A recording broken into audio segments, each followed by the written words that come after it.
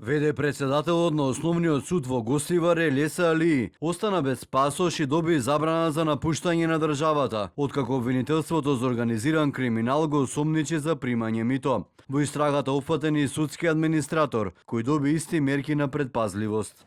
Судот донесе решение со кое го уважи предлогот на обвинителството на лицето ЕА вработено како ВД председател на Основниот суд Гостивар и лицето БД вработен како судски администратор во Основен суд Гостивар. Им определи мерка на предпазливост и тоа обврска да се јавуваат повремено на службено лице, привремено земење на постојана патна исправа и забрана за издавање на нова патна исправа или друга исправа за преминување на државната граница и забрана за преминување на државната граница со патна или друга исправа и забрана за преземање определени работни активности поврзани со кривичното дело.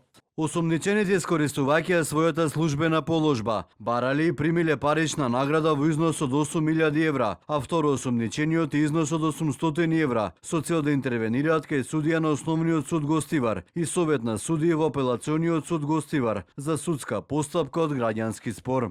На почетокот на 2023 година осомничените му ветиле на лицето кое било странка во постапката во граѓанскиот спор да му помогнат. За надомест од 5.000 евра тие требало да интервенираат кај судија во Основниот суд Гостивар да донесе решение за повторување на постапката за која било донесено обвинителна пресуда.